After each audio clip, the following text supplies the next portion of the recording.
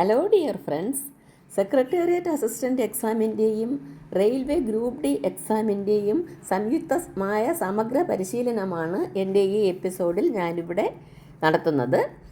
ഇന്നത്തെ എൻ്റെ ഈ episode general intelligence and reasoning എന്ന് പറഞ്ഞാൽ മാനസിക ശേഷിയും നിരീക്ഷണ പാഠവത്തെയും കുറിച്ചുള്ള കുറച്ച് ക്വസ്റ്റ്യൻസാണ് ഞാനിവിടെ വിശകലനം ചെയ്യുന്നത്.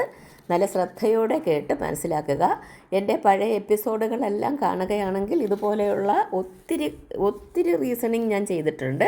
അതെല്ലാം നിങ്ങൾക്ക് കറക്റ്റായി മനസ്സിലാകുന്നതായിരിക്കും. എൻ്റെ ചാനൽ സബ്സ്ക്രൈബ് ചെയ്തിട്ടില്ല എന്നുണ്ടെങ്കിൽ സബ്സ്ക്രൈബ് ചെയ്ത് തുടർന്നും കാണുക. നമ്മൾക്ക് ആദ്യത്തെ ക്വസ്റ്റ്യൻ നോക്കാം. 1, 3, 6, 10, 15 ഡാഷ് ഡാഷ് ഡാഷ് എന്ന ശ്രേണിയിലെ 100ാമത്തെ സംഖ്യ ഏത് എന്നതാണ് ഒന്നാമത്തെ ക്വസ്റ്റ്യൻ. ഇവിടെ ഈ 100ാമത്തെ സംഖ്യ കാണുന്നതിന് ഒരു ഫോർമുലയുണ്ട്. നമ്മൾക്കറിയാം എന്ത് പദം കാണുന്ന ഒരു ഫോർമുല എന്ത് പദം = n × n+1 / 2 ആണ്. അപ്പോൾ n ഇവിടെ 100 ആണ്. അപ്പോൾ 100ാമത്തെ പദം കാണുന്നതിന് 100 × 100 + 1 / 2 ആണ്. അപ്പോൾ 100 × 101 / 2 എന്ന് വരും. 100ഉം 2ഉം കൂടെ ക്യാൻസൽ ചെയ്ത് 50 വരും. 50 × 101 = 5050 എന്നതാണ് നമ്മളുടെ ഇവിടുത്തെ ആൻസർ. അപ്പോൾ ഈ ശ്രേണി 1, 3, 6, 10, 15 ഡാഷ് ഡാഷ് ഡാഷ് എന്ന ശ്രേണിയിലെ 100ാമത്തെ സംഖ്യ എന്ന് പറയുന്നത് 5050 ആയിരിക്കും. അടുത്ത ക്വസ്റ്റ്യൻ നോക്കാം. അടുത്ത അക്ഷരക്കൂട്ടം ഏത് എന്നതാണ് ക്വസ്റ്റ്യൻ. ഇവിടെ നമ്മൾക്ക് 3 അക്ഷരക്കൂട്ടം തന്നിട്ടുണ്ട്.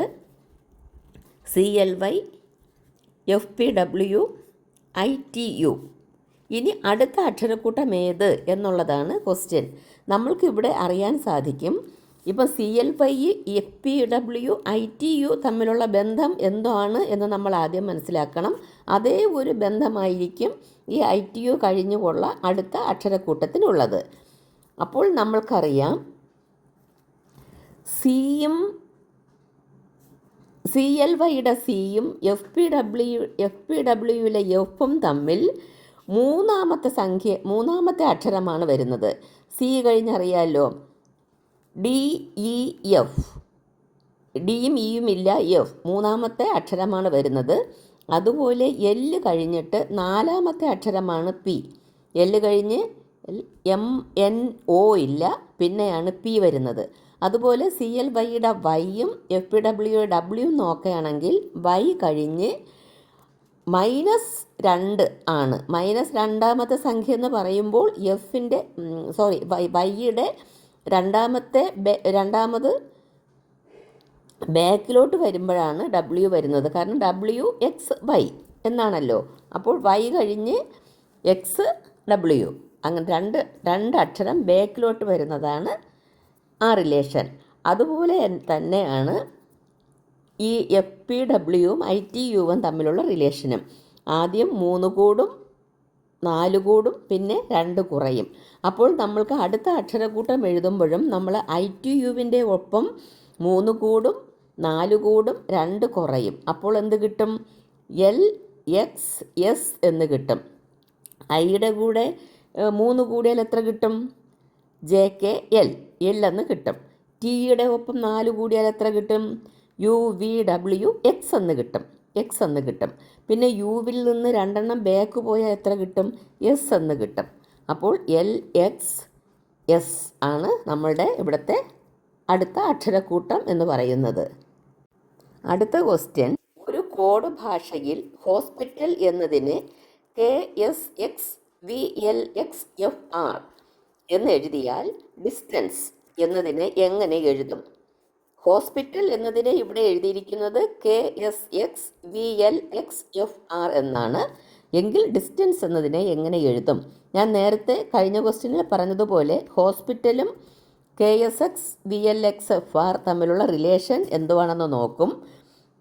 അപ്പോൾ നമ്മൾക്കറിയാം ആദ്യത്തെ ഹോസ്പിറ്റലിൻ്റെ Hഉം KSXVLXFRലെ Kയും തമ്മിൽ 3ാമത്തെ അക്ഷരത്തിൻ്റെ ഡിഫറൻസ് ഉണ്ട്.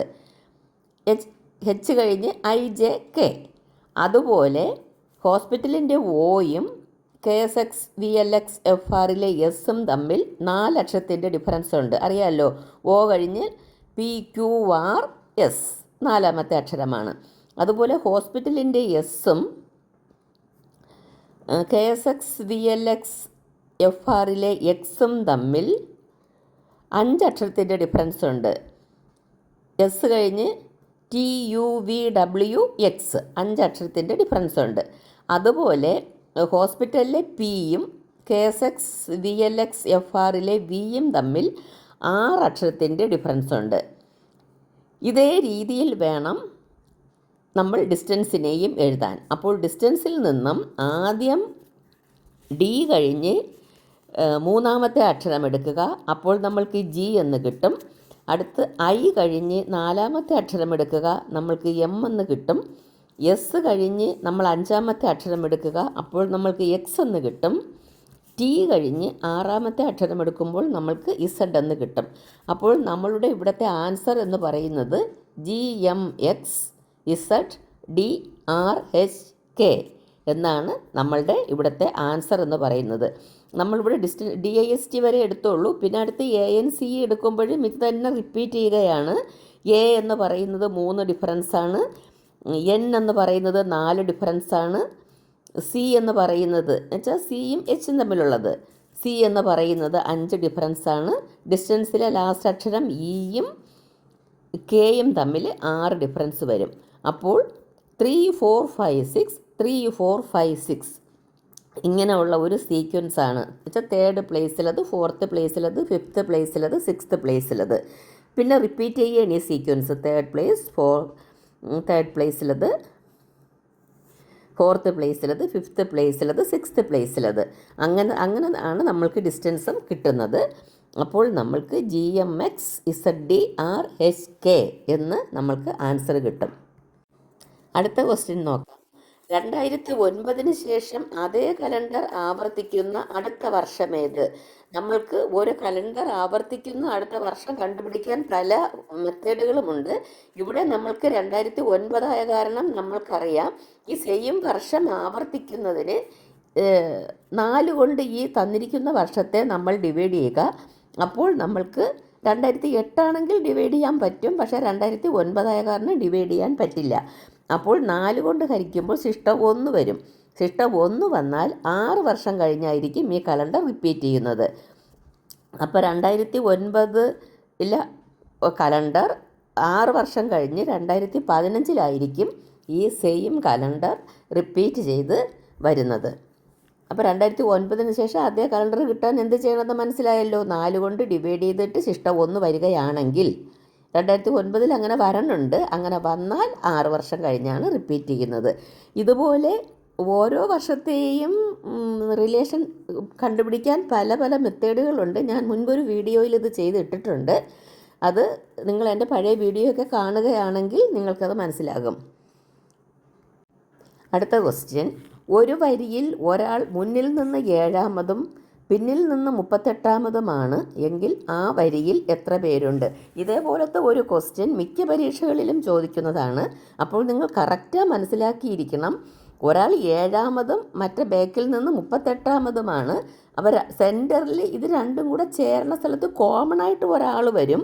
അതുകൊണ്ട് 38ഉം 7ഉം തമ്മിൽ കൂട്ടി 1 കുറയ്ക്കുന്ന സംഖ്യയായിരിക്കും നമ്മൾക്ക് കിട്ടുന്നത്. അല്ലാതെ ഈ 7ാമത്തതും 38ാമതും എന്ന് പറയുമ്പോൾ രണ്ടും കൂടെ കൂട്ടി നമ്മൾ എഴുതാൻ പാടില്ല. കാരണം 7നും 38നും കോമൺ ആയിട്ട് സെൻറ്ററിൽ ഒരാളാണ് വരുന്നത്. അതുകൊണ്ട് 7 + 38 - 1 എന്ന് തന്നെ നമ്മൾ എഴുതണം. അപ്പോൾ നമ്മളുടെ ആൻസർ ഇവിടെ 44 എന്ന് കിട്ടും. ഇതേപോലെ പല പല ക്വസ്റ്റ്യൻസ് ഇതേ മോഡൽ ക്വസ്റ്റ്യൻ റിപ്പീറ്റ് ചെയ്ത് എല്ലാ പരീക്ഷയ്ക്കും ചോദിക്കാറുണ്ട്. അപ്പോൾ അത് കറക്റ്റായി മനസ്സിലാക്കണം.